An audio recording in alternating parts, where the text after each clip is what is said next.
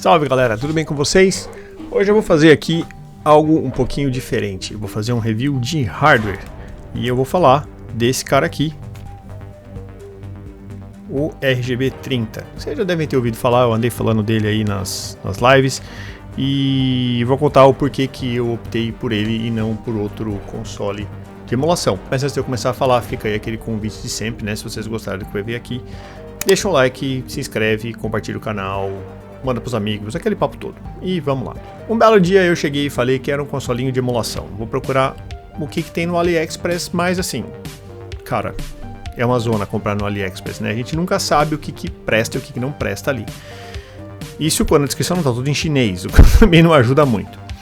Mas enfim, o que acontece é o seguinte, é muito difícil você entender o que você quer, né, entender as opções que são disponíveis e que vão te atender direito, né? Eu segui certos critérios ali e talvez sirva para você. Quando eu estou numa viagem de trem, de metrô, de ônibus e quero jogar alguma coisa, ou mesmo no avião, né, tá lá no avião, fico um tempão sentado, às vezes eu vou pro Brasil, leva 11 horas para chegar. Então, é legal você ter o que jogar, né? Eu, pelo menos, gosto muito. E eu não consigo jogar em celular. Não adianta, tá? Eu não tenho nada contra, mas não é minha praia, tá? E eu tenho um outro problema. Eu entro em pânico quando eu acho que eu tô usando a bateria do celular para algo que não seja do celular. Porque, cara, eu já precisei pegar um Uber ou ligar para alguém ou consultar alguma coisa e não tinha bateria porque eu tava ouvindo música ou jogando. Então, assim, eu não consigo jogar no celular, tá? É mais forte que eu. Eu não ligo de carregar uma coisa a mais na mala, tá? Na mão, no bolso, mas eu não jogo em celular. E assim, eu falei, vou comprar um consolinho de emulação e comecei a dar uma olhada no AliExpress e, cara, é uma infinidade de coisa que aparece, né? Tipo, o que tem de consolinho ali é um negócio fabuloso e nenhum tava me atendendo. Eu não sabia o que era, não sabia o que eles eram, eu não sei o que é bom, o que presta e o que não presta ali. E me deu uma certa desconforto em simplesmente não confiar no que estava escrito ali no AliExpress. Então eu comecei a pensar quais seriam os critérios. Primeira coisa, quando eu estou numa viagem dessa, por exemplo, estou no trem, no avião, no ônibus, sei lá, eu não quero jogar um jogo muito complexo, tá? Shmup, ok. Mas quando eu vou jogar alguma outra coisa, eu não quero jogar nada que use muitos botões, ou que use 2 diagonais analógicos, ou que use muito L e o R em cima. Eu não gosto disso, eu quero um jogo mais simples, tá? E aí eu já fui optar por um console menos poderoso, o que já deixa a brincadeira toda mais barata, e eu já fico dentro de um escopo menor de opções. O problema todo é que, se você for pensar, esses consoles que são mais baratos, mesmo do Atari 2600 até o, sei lá, PlayStation, ainda assim tem muita opção. E aí eu optei por esse cara aqui, que eu vou mostrar para vocês o principal motivo. Olha aqui a tela dele e repare que a tela é quadrada. É uma tela de 1x1, tá vendo? E aí você deve estar me perguntando qual é a vantagem de uma tela de 1x1. Bom, tem algumas. Tá, a primeira e grande vantagem que eu vejo é o seguinte: quando você vai jogar um shmup e você abre o Mummy nele, por exemplo, o shmup abre no meio. Quando a tela é em formato TAT, ela abre no meio da tela.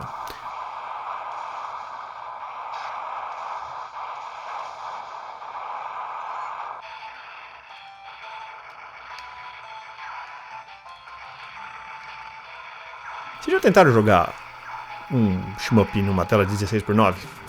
Você viu que desgraça que é? Pois é, o que acontece? Aquela tela enorme vai abrir uma tripinha no meio dela, que vai abrir o shmupinho TAT ali, né? Então você vai ter uma tela desse tamanho com um shmupzinho rodando no meio dela. Horrível. A outra opção é você virar o console de lado, e aí você vai se pegar jogando ele assim, ó.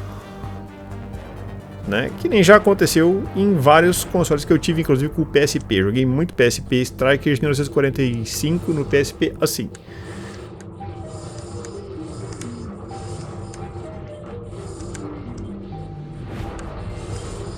E não é a coisa mais ergonômica do mundo, né? Não é muito legal.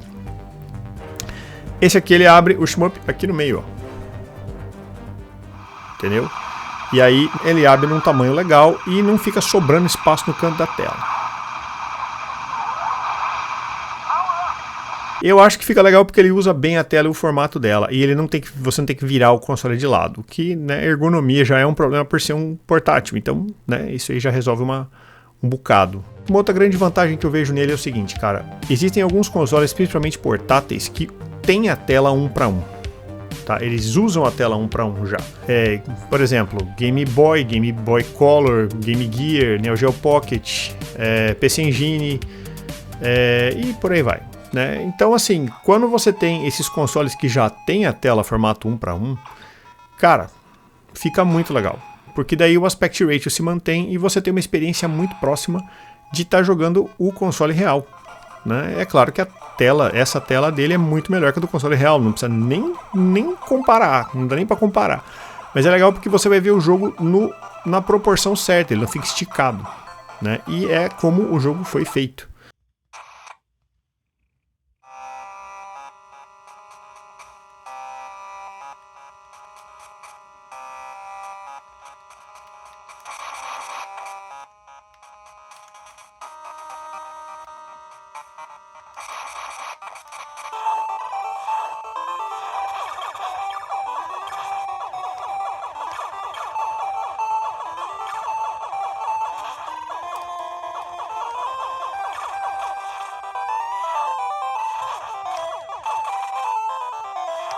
Uma outra vantagem que eu vejo nele também, que pra mim é uma grande vantagem, talvez seja pra você também, é o seguinte. Eu falei do Pico 8 um tempo atrás aqui, eu acho que vocês lembram dele, que é aquele console virtual, né, e que roda jogos que são distribuídos pela internet, alguns pagos, outros não. O Pico 8 também usa a tela de aspect ratio de 1 para 1. Então fica muito legal, cara, porque tipo, ele usa certinho o formato da tela, do jeito que foi feito, e o Pico 8 roda muito bem nesse console. Tá? Lógico, o Pico 8 é super leve, mas ele vai ficar muito legal aqui. E o Pico 8 não tem um hardware específico para rodar ele, então você pode rodar até no seu browser. E aqui fica um portátilzinho do Pico 8, você pode colocar todos os jogos lá e jogar jogos que você não jogaria muitas vezes em outros lugares. E ele roda muito bem coisas que não tem esse formato, por exemplo, Mega Drive, Super Nintendo, 32X, PlayStation, PSP, várias outras coisas que não tem esse aspect ratio de 1 para 1. Ele fica legal, roda bem, roda legal. Ele tem poder de fogo para rodar no Gelos, que é o sistema operacional que vem nele. Eles falam até Dreamcast, tá? Nintendo 64 e Dreamcast é meio que o limite ali. Eu testei, roda legal. Muitos jogos não ficam perfeitos, mas roda, tá? Roda satisfatoriamente bem, eu diria que é uma boa.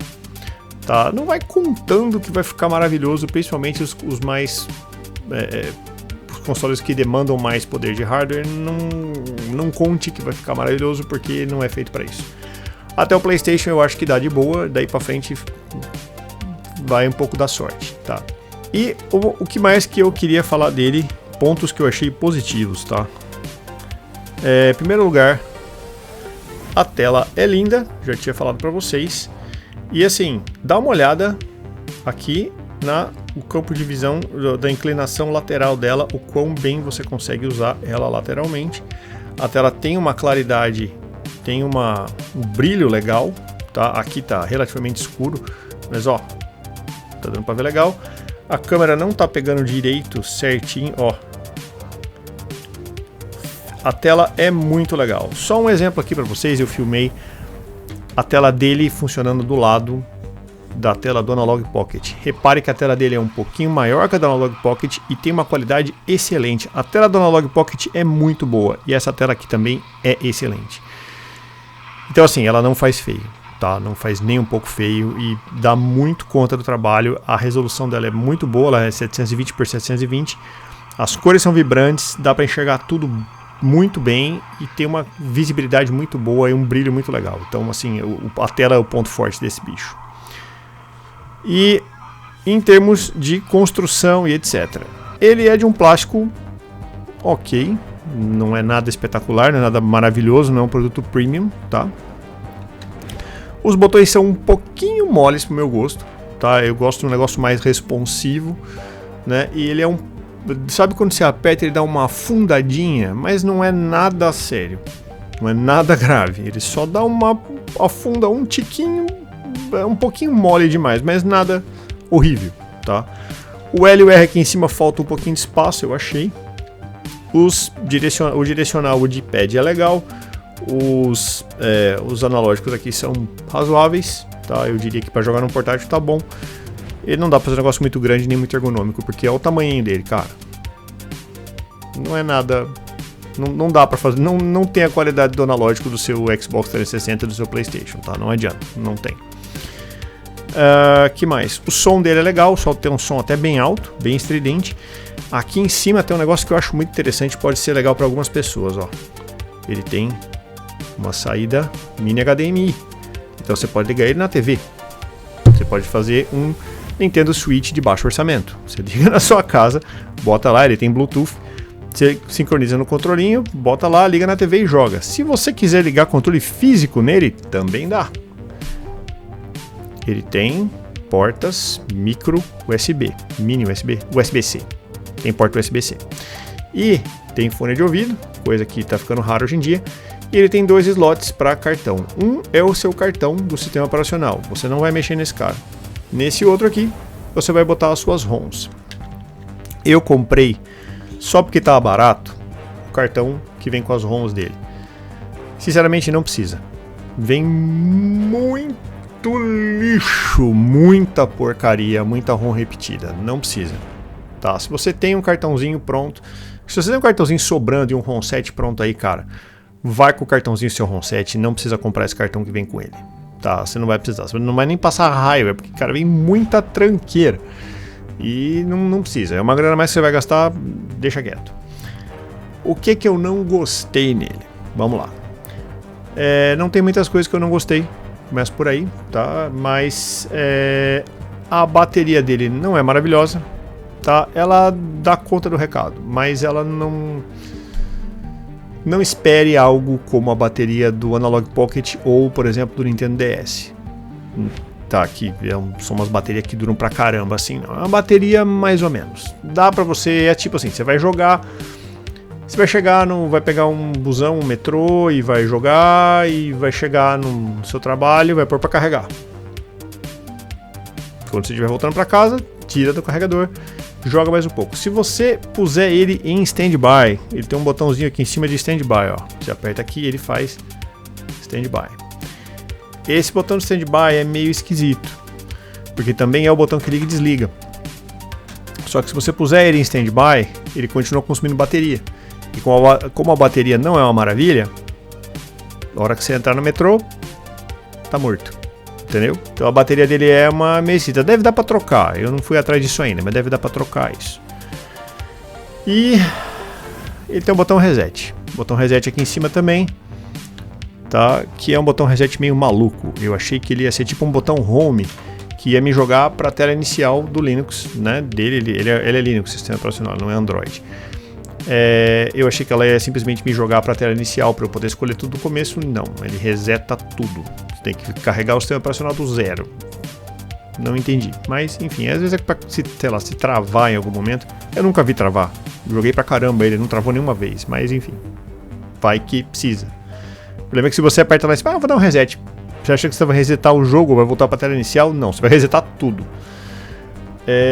E o botão de volume é meio esquisito também, porque você vai por... Ele não tem marcação em lugar nenhum na tela, em que ponto que tá. Então às vezes você vai apertar 1, 2, 3 para subir, 1, 2, 3 para descer, ou você vai segurar e quando você segura ele fica muito alto. E esse consolinho faz um barulho, cara.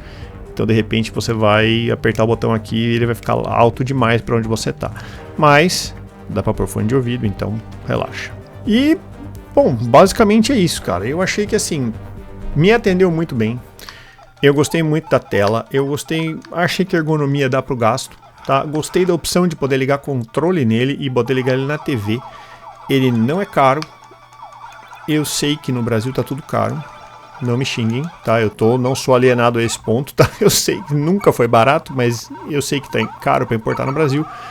Mas pelo menos vocês já sabem o que ele faz, entendeu? Já fica a dica para vocês do que ele atende vocês bem. Se você quer jogar PC Engine, Neo Geo Pocket, Game Gear, Game Boy Color, e Shmup na vertical e Pico 8. Pico 8 é um baita bônus, cara. Baita bônus, porque tem muito jogo legal pra Pico 8. E são aqueles joguinhos que você vai jogar quando você... É um excelente substituto de jogo de celular, tá?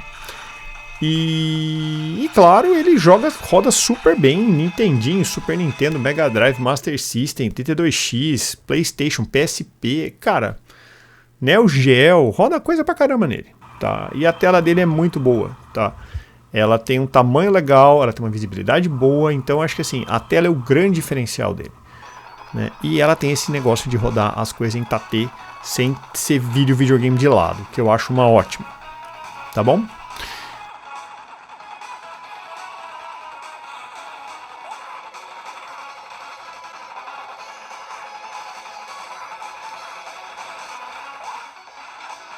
Então era isso, gente. Esse aqui é minha opinião sobre o RGB 30. Não sei se você já teve um, se você tem um, se você tem algum outro portátil, se você tem algum outro portátil que você usa geralmente, se tem alguma outra dica para dar. E caso você tenha gostado, faz tempo que eu não faço review de hardware aqui, esse não é um canal de review de hardware, mas eu fico meio assim de fazer, mas essa eu achei uma dica muito boa e eu achei o preço bem honesto assim pelo que ele faz, então eu achei que era legal aqui me falar para vocês. E era isso, gente. Muito obrigado aí por ter assistido o vídeo até o final. Se gostaram, deixa aquele like para ajudar a gente, compartilha o vídeo, se inscreve, manda pros amigos e aquele papo todo. E valeu, gente. Muito obrigado, abraços e fui.